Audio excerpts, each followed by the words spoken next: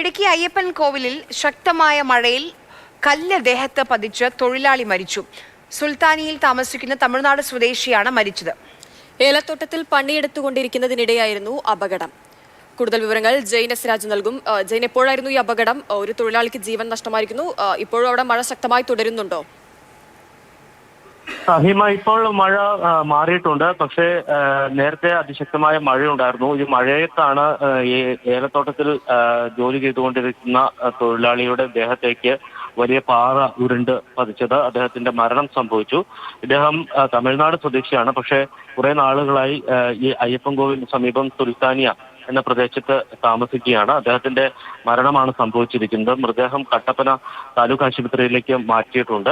ഈ മേഖലയിൽ ശക്തമായ മഴ പെയ്തിരുന്നു. ഇടുക്കിയിൽ പരക്കെ ഈ കഴിഞ്ഞ മണിക്കൂറുകളിൽ നല്ല മഴ പെയ്യുന്നുണ്ട്. തുടർച്ചയായി മഴ പെയ്തുകൊണ്ടേയിരിക്കുകയാണ്. പ്രത്യേകിച്ച് മലയോര മേഖലകളിലും അതോടൊപ്പം തന്നെ ലോ റേഞ്ചിലും മഴ തുടരുകയാണ്. ശരി.